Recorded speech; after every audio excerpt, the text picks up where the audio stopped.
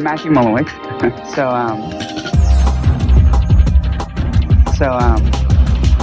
Without further ado, welcome to WordCamp. San Francisco 2009.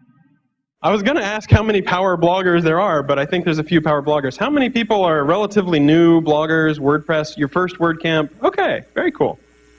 Okay, well, there's a good reason why you might care what I have to say, which is I'm the head of the web spam or anti-web spam team at Google. So 90% of the WordPress blogs that I see look like this. They didn't even change the default template. Bastards. Oh. I'm hoping that a PG-13 R-rated talk is okay, because if Tim Ferriss can outsource his love life, it's okay if I'll show you guys a few slides here. So yeah, most of the spam that I see looks like this. WordPress is such a powerful tool that the spammers use it too, right? So I've seen a lot of really bad sites, but I've also seen a lot of really good sites. And I'm going to try to give you a few tips about things that might be helpful if you want to get crawled by Google. First off though, let me ask you, why do you blog? To be read? What do you get out of it? Tim was just talking. He says, I get access, right? I had never thought about that before. I made this list and I had to update this slide from the backstage. I was like, oh yeah, you want something out of blogging. Fame, attention, money. And then Tim was like, access. I get to meet like the head of the swim team. I was like, okay, I'll add that to the list. But not everybody wants something from blogging. Some people are just doing it for fun. And if you're doing it for fun, power to you, right? I mean, I fully support your ability to post cat pictures. Huh? Anybody post it? Yeah! Rock on, right? I do it, okay? This is Emmy. This is my cat, Emmy. This picture is what led me to adopt Emmy, because she's so cute. Ever since she was a kitten, she's wanted to just lie on things. She was crumpy this morning when I got up. I didn't as soon as I get dressed, she's ready to be perched like a koala bear on my shoulder. So all she wants to do is just lie on, oh, look at her. So it's okay to cat blog. In fact, we got 2 cats, and they both like to just, half this presentation was written with a cat sort of perched on me, and I'm trying to make the stuff. So if you are a cat blogger, or you like to post poems, or you just like to keep up with your family, congratulations. You're happy. You've won. Life is good. You don't need me. You don't need advice from anybody. Whatever you want to do, you're doing it. But most people want something from their blog. The #1 request that I hear is, I want to do better in Google. So if you're a cat blogger, if you just post poems, power to you. But the rest of this talk will talk a little bit about how to do better in Google. Now, the wonderful thing is, you have all made a fantastic choice. This audience looks very smart, right? I walked in, I was like, not only are they attractive, they're really, really intelligent. Because you're using WordPress, right? WordPress automatically solves a ton of SEO issues. Instead of doing it yourself, you selected WordPress. Now, this is kind of a broad statement. WordPress takes care of 80–90% of search engine optimization. When I say that, what I mean is the mechanics of search engine optimization. And by that, we talk about how crawlable a website is. You would be amazed at how many sites throw up a big old glob of Flash, right? Or block a page with robots.txt so we can't even crawl it. So by using WordPress, you've already taken the first big step. WordPress is a fantastic piece of software. But there's a few things that you can do to optimize it. So I noticed the person asked Tim, hey, what plugins do you use? So I threw this screenshot in. These are the plugins I use, and this is literally all the plugins that I use. That's how good WordPress is. You don't need to modify it that much. Akismet, already built in. Cookies for comments, shout out to Doncha in Ireland. He does an amazing job of preventing spam. Basically, it sets a cookie, and then when the spammer posts, if they don't have that cookie, you're like, yeah, dude, you're a bot. All you did was just post directly. So I hesitate to tell people about this because it's so useful that if everybody starts using it, the spammers will adapt. But you guys are cool, so cookies for comments, highly recommended. Is Mark in the, yes. Enforce, dub. Oh, So good. You don't even need to worry about it. All this thing does is it says, look at my preference. Do I prefer www.google.com or non-www.google.com, whatever your domain is? And it does a redirect so that you don't have to worry about having your domain split between example.com and www.example.com. So this sort of stuff is fantastic. FeedBurner I like to use, and WordPress Supercache is a great plugin. So the beauty of WordPress is that you don't need to do a lot of stuff. But before we talk about how you can rank higher in Google, we need to learn a little bit about how Google works. And it's not that complicated. We crawl roughly in order of PageRank. That means the more PageRank you have, the faster you're likely to be found, the deeper we'll crawl on your site, the more often we'll visit your pages to see if they've been refreshed. Okay, cool, PageRank, magic green juice. How do I get more PageRank? First, what is PageRank? Anybody want to tell me? It is named for Larry Page. Larry Page and Sergey Brin, the two co-founders of Google. What is PageRank? Okay, it's not that secret of sauce. It's not green fairy dust.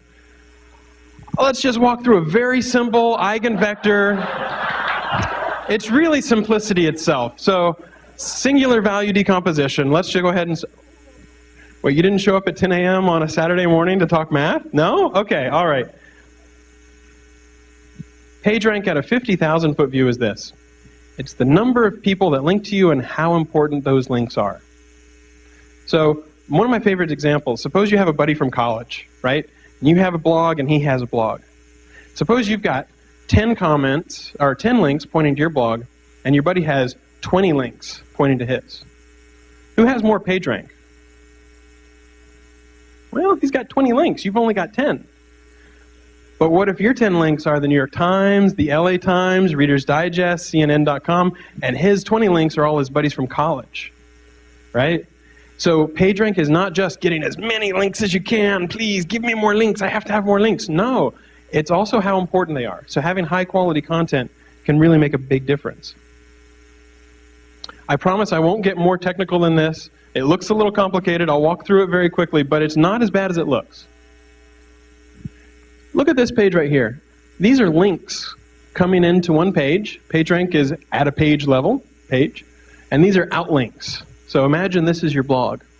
If you've got a bunch of links pointing into your blog, and your blog homepage has a PageRank of 9, let's just say 9 in an abstract sense, and you've got 3 outlinks, you more or less divide that 9 by 3, and the 3 goes out on each of the outlinks. That's the basic idea behind PageRank. If you look at the top one, this guy's got a PageRank of 100. He's got a lot of PageRank.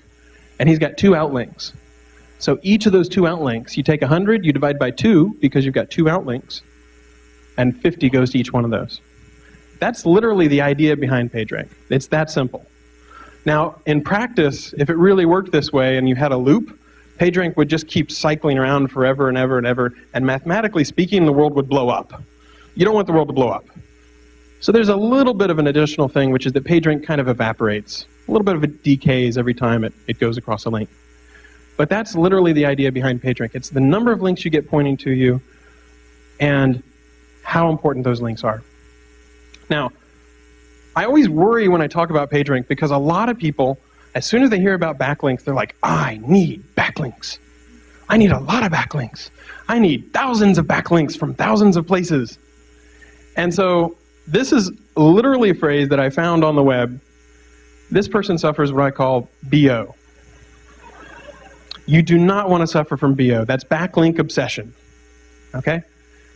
This guy is saying, I have 297 links with a PR7, da-da-da-da. This guy's only got 59 links with a PR6, da-da-da-da. And he ranks higher, and it's not fair, and the all-in anchor query, and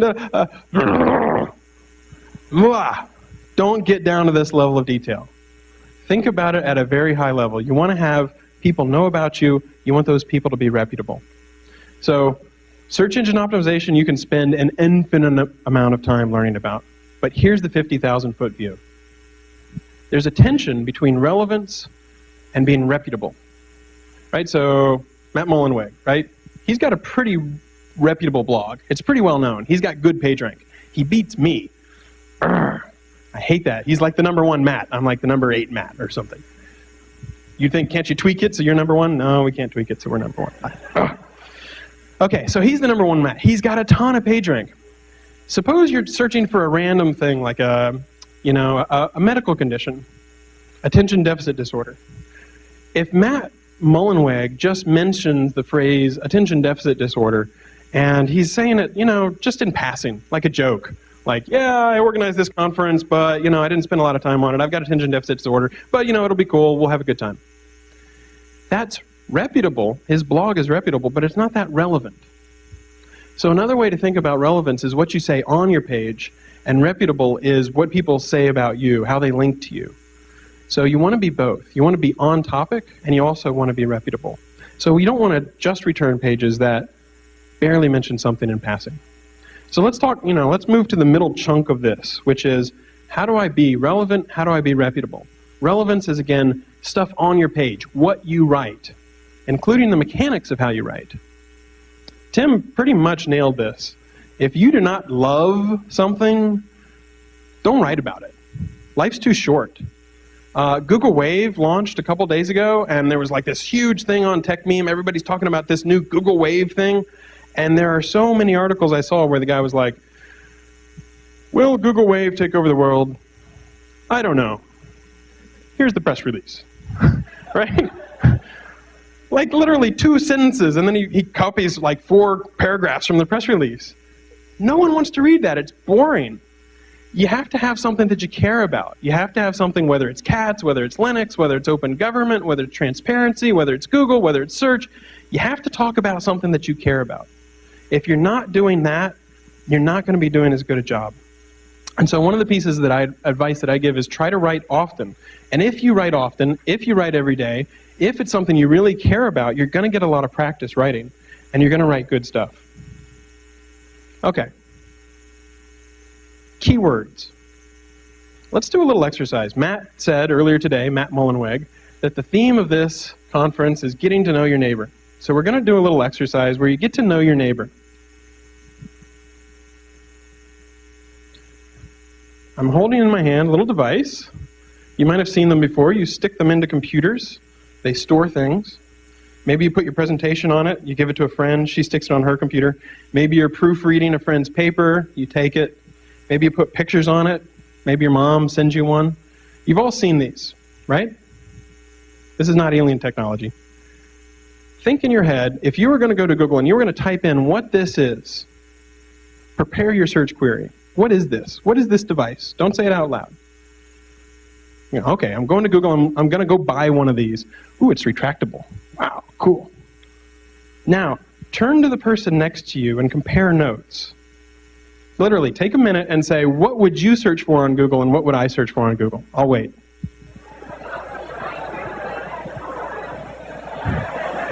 There's some people on the edge who are like, I didn't see it. I didn't see it. Okay. Cool. Now you've gotten to know your neighbor a little bit. So let's hear, what did you type into Google to find this? Flash drive? USB drive? Thumb drive? What else? What have I not said? Retractable? Right? So you think, oh yeah, this is a USB drive. Your neighbor thinks, no, this is a thumb drive. And the person on your right thinks, no, it's a flash drive. And somebody might not even use the word drive, right? So the takeaway is, if you were a blogger, think about all the different ways that someone can describe something. Think about all the different ways that you can naturally fit that into your post. Now, I'm not talking about saying, would you like to buy a thumb drive? If thumb drives are you, then you would like to get a thumb drive which is really good. Right, we'll see an example of that later on in the talk. Instead, think about ways to naturally put that into your post. Hey, buy a flash drive. I was using this one thumb drive which is really cool. It works via USB. Right? I've used most of my major keywords in a couple sentences and it still sounds natural. You don't have to stuff it. You don't have to be really unnatural. There's another thing, which is jargon mismatch, right? A lot of the times if you're in a particular industry, you're thinking about, what are the words people are going to use, and you don't think about what a regular user is going to say. So, for example, earlier this week, we were doing a site review, and we were giving SEO advice to people who had sites. And this was a site. This is pretty cool. This is the University of California at San Francisco. and they have a site about HIV. Okay? Now, what is this? Oh my God! This is the home page. You land on the home page and you're like, recommendations for use of antiretroviral drugs in pregnant HIV-infected women for maternal health and interventions to reduce perinatal HIV transmission in the United States. What is that? I don't even know. Okay? Is this a technically good paper? Probably. I have no idea what the hell it's about, right? It's an editor's pick. Someone has selected this paper. It's important for some reason. This one's about swine flu. Is there something I need to know about swine flu and they're not telling me? I don't know how to translate it into regular English, right? Translate it into regular English. For example, I've seen the queries that people type. This is the sort of stuff that people type, right?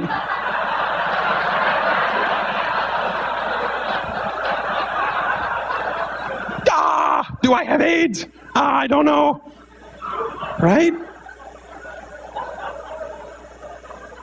So think about that. Think about, okay, what are the things that you can do to type that will be normal? Now, the interesting thing is this site had a section called Basics.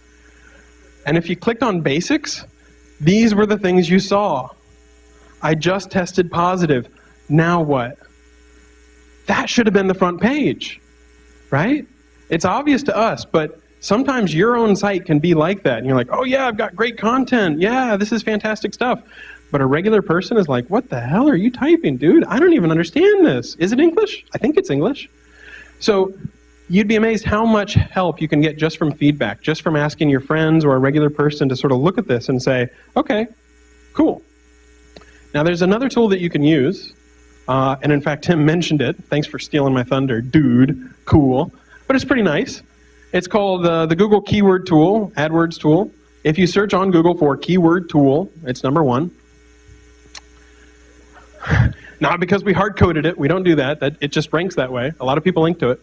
So I was doing this site review, and there was a site, iCarKits.com, and they sell iPod car conversion kits, which is pretty cool.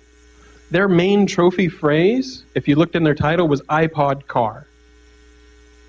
I went to the Google keyword tool, I typed in iPod car, and I said, show me keywords related to iPod car. Have you guys ever heard of this iTrip thing? It's a transmitter, an FM transmitter, right? So it's more like a $30 thing. It's not the $400 thing that they sell. But their trophy phrase showed up 550,000 times a month. People search for iTrip 246,000 times a month. So here's this keyword right here where people are looking for information about iPods and cars, and you're ignoring them. I did site : iCarKits.com, iTrip. They didn't have the word on a single page on their site anywhere.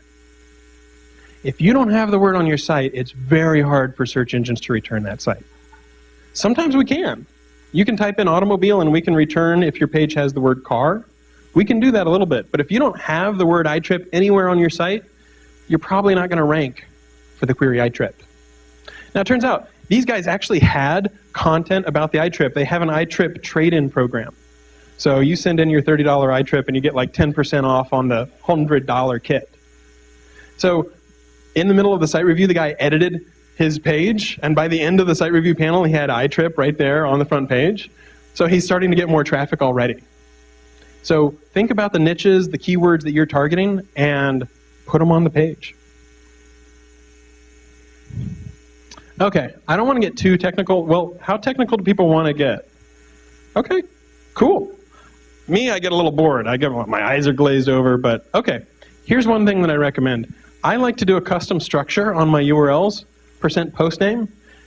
You know, if your blog has P = 1, 2, 3, you're missing out on an opportunity, which is Google looks at a lot of different things. We look at over 200 things. PageRank is just one of them whenever we rank things. Other things we use, things in the title, things in the URL, even, you know, things that are like really highlighted, like H1 tags and stuff like that. So if your blog has P = 1, 2, 3, you are massively missing out on opportunity to put a few keywords, not keyword stuffing, just a few keywords in your URL. So mattcutts.com/blog/sample post. It works pretty well. If you want to throw in the date, feel free, but make sure that you put the title and the keywords that are in URL in some way. Now here's a power tip. Notice something interesting. I did a post where I completely, for a while at least, dominated the keywords, how to change your default printer in Firefox on Linux. I know, I was #1. It was awesome. That niche was mine. How did I do it? Well, I made a good descriptive title, changing the default printer on Linux in Firefox. Notice that I changed the URL as well. So in the title I've got changing, in the URL I have change, right? Because sometimes users type changing printer and sometimes they type change. Now this is not spam. I'm not throwing in a ton of irrelevant keywords. I'm not even throwing in a lot of keywords. I'm just throwing in 1 or 2 variants that people might type. No one's going to look at this post and say, oh my God, the title is a little different than the URL. Oh my God, he took out ing. Throw him in the clink. That's not the way it works. But just by doing some simple things like having title and URL and viewing them as separate opportunities to put a few keywords in, now you can rank for both changing and change. Relatively simple, but a lot of people don't think about that level of detail. So if you're doing a post, it's worth doing the post and then going to the Google's keyword tool, think about the words you want to rank for, type those words in, make sure those words are in your post. This is a little bit of a in detail, but you can also have your categories be good keywords. Don't just make your categories cool stuff. My categories are like Linux, search, SEO. So if somebody has those categories, they're like, oh, okay. Now I don't have to include the word search on every single post. It's in my category. If you're going to put keywords in your URL, like I showed, it's better to do dashes, right? So my dash keywords. Underscores can work, dashes are a little bit better, but no spaces is pretty bad, right? Has anybody seen the site expertsexchange.com, right? Some people like it, some people don't. If experts exchange were all one word, you know it can be experts exchange, right? You don't want to rank for experts exchange, right? And if it's all one word, some people are like, I read it a different way. So put some dashes in there, and then you can have separators. Search engines do look at dashes. They do look at separators like that. Now, if you use underscores or if you do use spaces up until now, should you go back and change every single thing on your previous posts? Should you rename them and change all those old URLs to add dashes? No! Why? Because of Ferris's law. Don't do things if they're not fun, right? Search engines do a relatively good job at doing separators, but spend your time on making better content. Don't worry as much about small things like that. It's just something to be aware of going forward in the future. And finally, talking about relevance, we're talking about on-page stuff. Don't overdo it, right? This was a site that put itself up for review earlier this week. Can you guess what it's about? It's about furniture. It's a lot about furniture. In fact, if you notice, this first paragraph is all one sentence. Oh, yeah. Let me just read the last half of that paragraph. Manufacturing and offering for sale innovative modern furniture and antique wood furniture made according to our valued customers' esteemed order and requirements of home furniture, hotel furniture, as well as office furniture for the use of indoor furniture and outdoor furniture purposes. Furniture, right? You've ever seen Brian Regan? He just goes crazy. Like, you can overdo it. Google doesn't say, oh my God, he included the word furniture 400 times in the post. It must be really, really relevant. It's got to be 400 times better than that other post that only mentioned furniture once. That's not the way it works. After you mention furniture once, 2, 3 times, we know you've got furniture on the mind. It's okay. You don't have to say furniture as every third word. You don't need to bold it, right? Right? Oh man, users don't like this, believe it or not. Other things that this site did, they rattan. You've heard of rattan furniture? At some point, they misspelled it as rotten furniture. Right?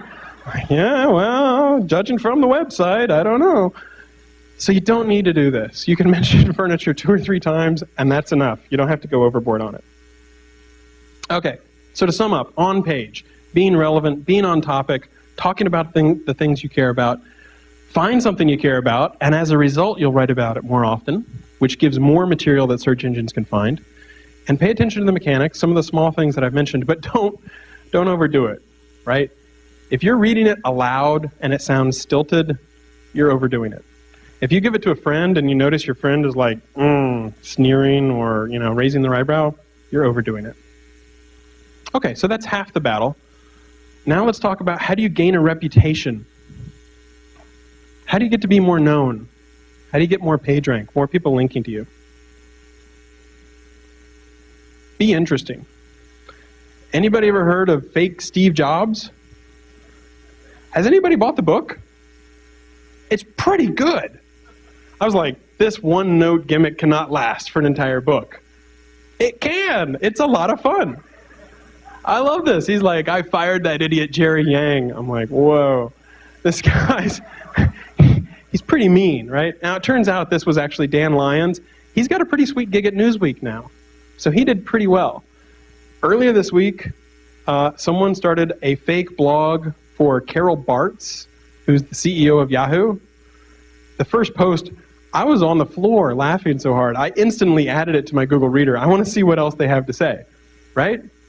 So being interesting is really important. If you're the guy who's phoning it in, you're like, oh, I want to rank on Tech Meme, or I want to write about celebrity news, so I'm going to talk about John Mayer and Jennifer Aniston for the 88,000th time, and I'm not going to add anything new to it, no new insight.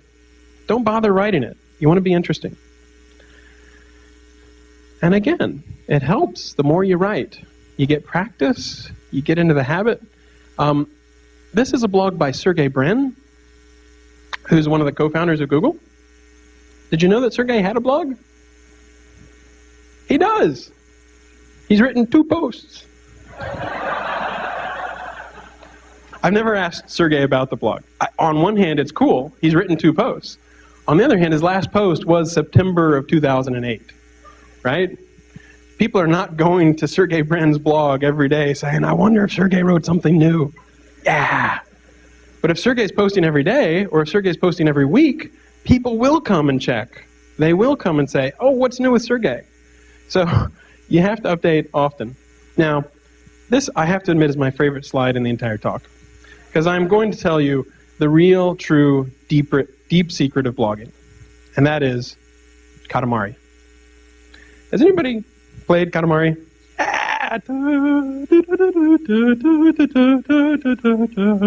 Okay, what is Katamari? It's a Japanese game where you play the prince. And the prince starts out, and he's got a little Katamari that's 5 centimeters tall. And he rolls up things. He can roll up paper clips. He can roll up stamps and coins. Eventually, he can roll up bigger stuff. He can roll up gum. He can roll up a wooden block. And when you're done, you have a Katamari hundreds of meters tall, and you can roll up islands and the earth and buildings. And you hear these people scream when you roll up the buildings. Ay-ya! It's awesome. I love Katamari. I think a lot of people play it stoned. I play it perfectly sober. I do. Straight edge. Okay. The Katamari philosophy is this. Start small. Start in a niche where you can do well. And that might be a very small niche. It might be the change the default Firefox printer on Linux niche. But then build up, build up, build up. Don't overreach. When you're the prince and you're rolling up in Katamari, you can't roll up a skyscraper the first thing. You have to get there gradually. If somebody tells you there's a shortcut where you can be the #1 gadget blogger in 3 days, and you can beat Engadget and Gizmodo, laugh in their face and send them packing. Because it doesn't work that way. But one thing you learn in Katamari is you're always reaching. You're always trying to roll up bigger and bigger things. So if you want to be the world's best gadget blogger, start out with a smaller niche.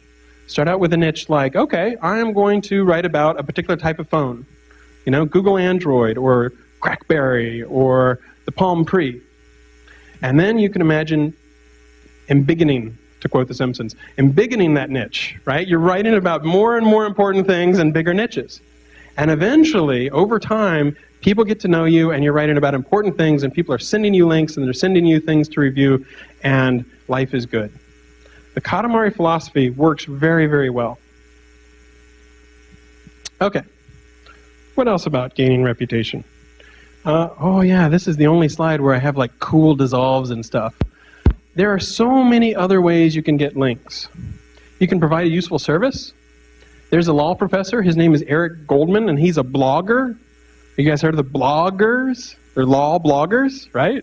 Yeah, law bloggers, I like it. He writes posts about how people have AdWords trademark policy. And not everybody cares about that. But he's got his niche, and it's really, really useful, really, really insightful, because he's a law professor. He knows things that regular people do not know. So you can provide a really useful service, things like a newsletter. Original research or reporting is huge. There's a guy who writes about search. His name is Danny Sullivan. He's very respected because he's written about search for 10 years. And one thing he did is he just looked at what is the spam level on Gmail, Yahoo, and Hotmail. And for a month, he tracked all of the spam that he got, which would be the most annoying thing in the world to do. Right? There's another 400 spams, day 2, here's another 800 spams. But he tracked it. And at the end, at 30 days, he was able to say which service had less spam. It was Gmail. Woo, yay. But that was great original research. Anybody could have done it. Anybody could have counted their spam folder and done that analysis. Have people heard of Louis Gray? Yeah, he's a great blogger. One of the ways that he got to be known is he looked at his referrers.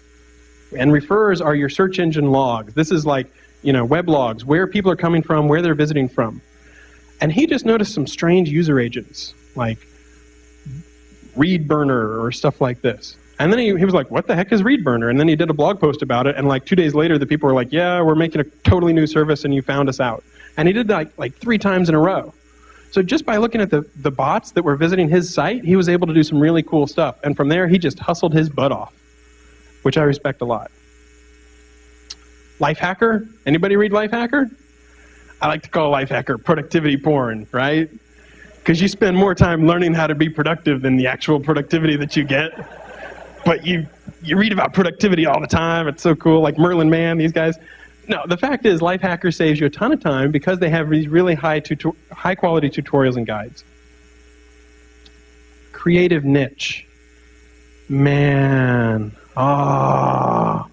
if you have one good idea, that can carry you so far. Lolcats? Anyone? Yeah? Rock on! I've made lolcats. F my life. One sentence. You should seriously search for all of these on Google and add them to your Google Reader. It's like the best way to burn time in the entire world. F my life is just all these people who they have sex and then their grandmother walks in and stuff. And one sentence is just like they write one creative sentence. It's really, really fantastic. Some people can draw. Penny Arcade, they can draw. XKCD, the guy can't really draw. But he's really funny. And he knows a lot of science and technical stuff. He found his creative niche. Open source can be a fantastic way to get links and reputation. Write a good project, people will use it. Case in point, WordPress, right? Tons of people use it. WordPress doesn't need any PageRank. It has amazing amounts of PageRank. Live blogging. Anybody live blogging this? All right, cool. So you guys are probably going to get 3 or 4 links automatically while the rest of us are just sort of sitting back and enjoying ourselves because you're actually writing about what's happening in this session. If you can make it to a session that's interesting, live blog it. If you're lazier than that, you can, 2 days later, you can say either you hated WordCamp or you loved WordCamp. People love lists. So if you give people 11 reasons why WordCamp ruled, create controversy. If you cry wolf too often, if you have too much negative energy, people don't like to read you as much. But it's something you can do. And, Twitter, Facebook, friend feed, there's a lot of people who get to know all these people on various social networks, and it can make a big difference. So I had the pleasure of speaking at WordCamp 2007, and one of my funnier favorite lines was, should you do a podcast? Everybody who's doing a podcast is probably downstairs listening to the other session. But the litmus test I said was, should you do a podcast or should you do a video? Well, put your picture up on Hot or Not, and if you're a 6 or higher, then you should do a video. If you're a 5 or below, you should do a podcast, right? I already said this is a very attractive audience. So you guys should all do video. No, the fact is, these days, a flip is a couple $100, right? And you can make a video in 2 minutes, and it can be any kind of creative you want.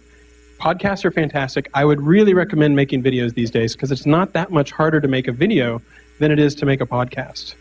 And a lot of people just really enjoy watching this sort of stuff. This one got, 15,000 views in like a day, and we literally threw it up, and this was one tweet. I was like, hey, here's a video. We haven't even posted on the blog about this.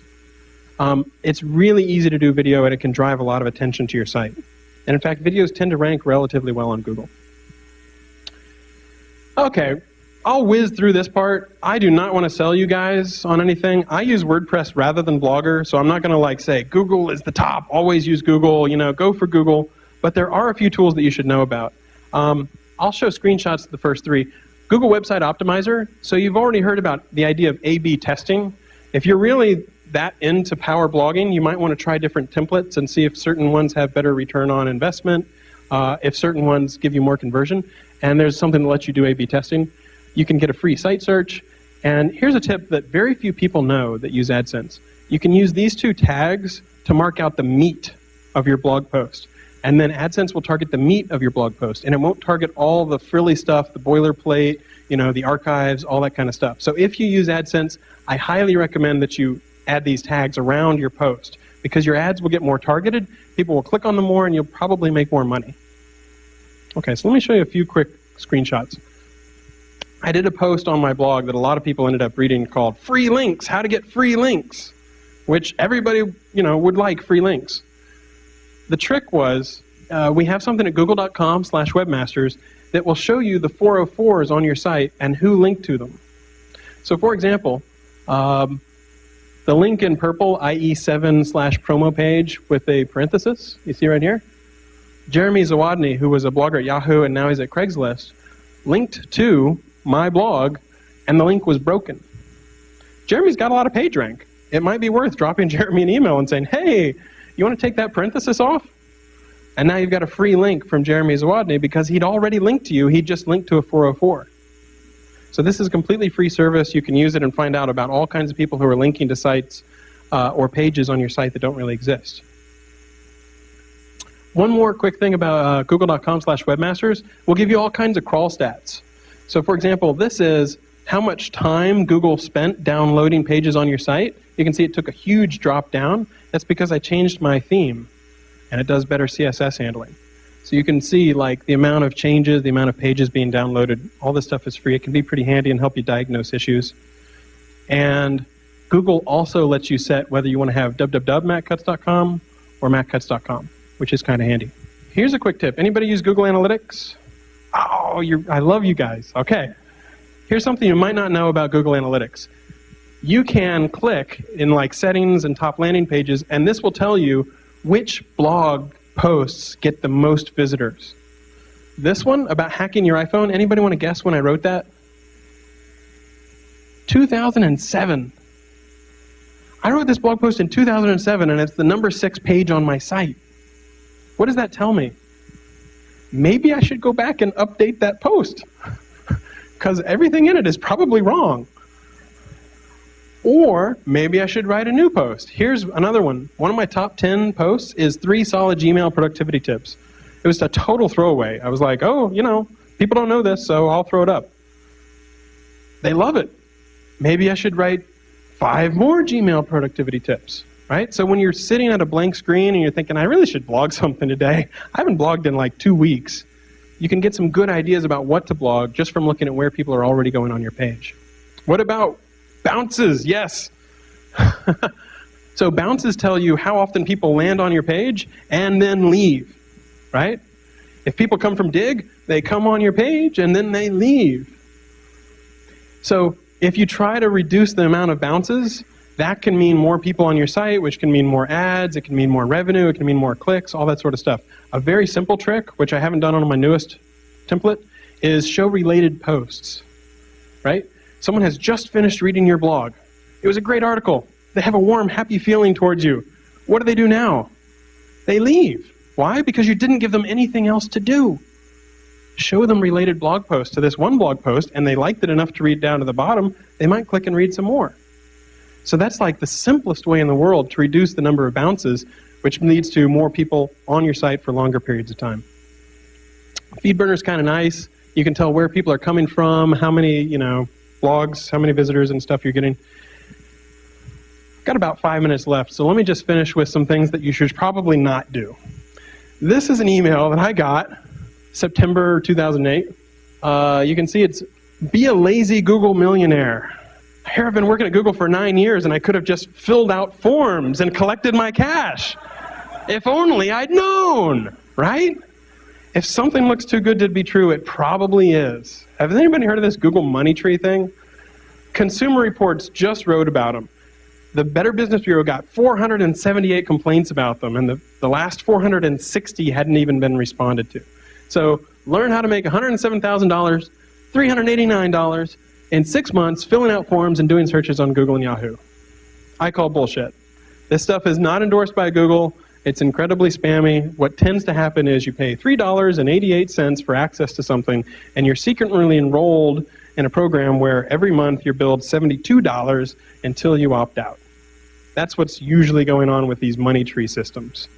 So you see the things, people are like, oh, make tons of money, you can't help but make money, you're too stupid to tie your shoes and you'll make $107,000. People still fall for it, just because it has Google in it or it has Google on a potted plant. Oh, well, it's got to be from Google. No, it's not from Google. Don't do this sort of stuff. One thing I love about WordPress is Matt and Automatic in the terms of service for WordPress.com specifically say don't spam, right? Don't do things like paid posts. It pisses off your users. It tends to get caught pretty quickly.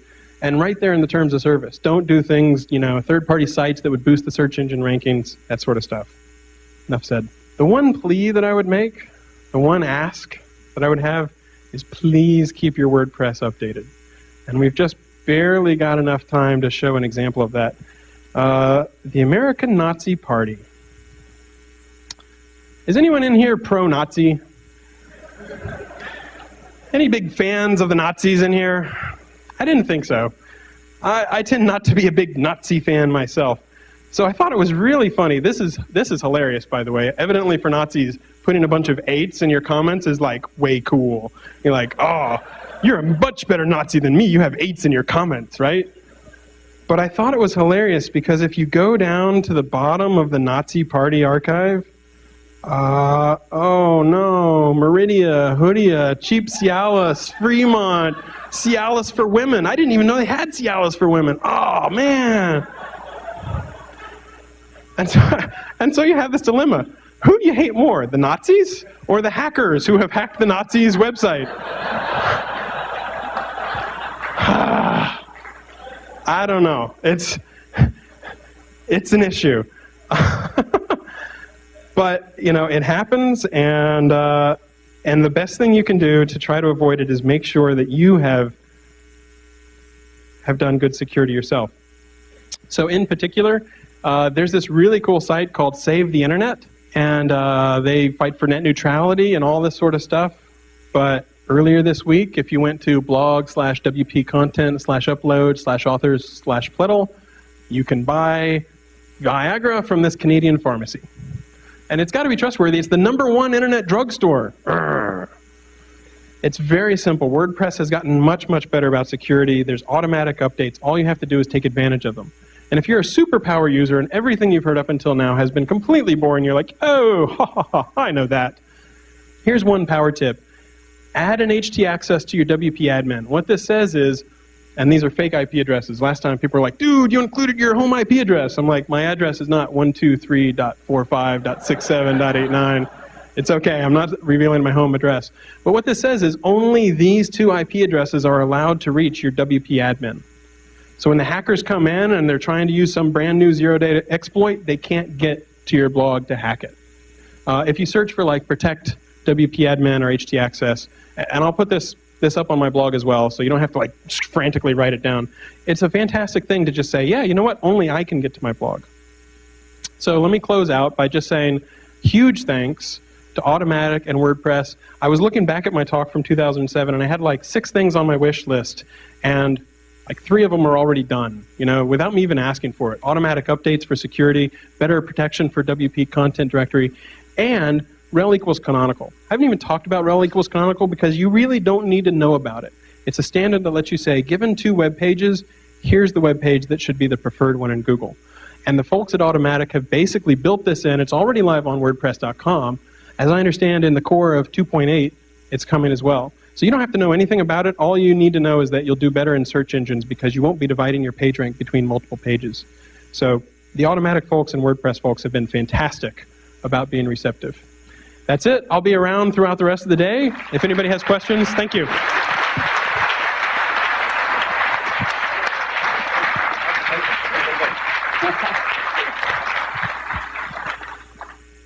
So he said I was the #1 mat on Google, right?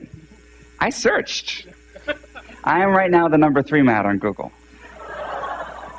I know. There is a dancing fellow. You know this guy? He does this thing. He's kicking my butt. So what did you say? Not more links, but high quality links. Well, we have all these high quality bloggers here. If you link to ma.tt with the anchor text mats, maybe I can get back up. But I can't dance. So I'm matching my wish. So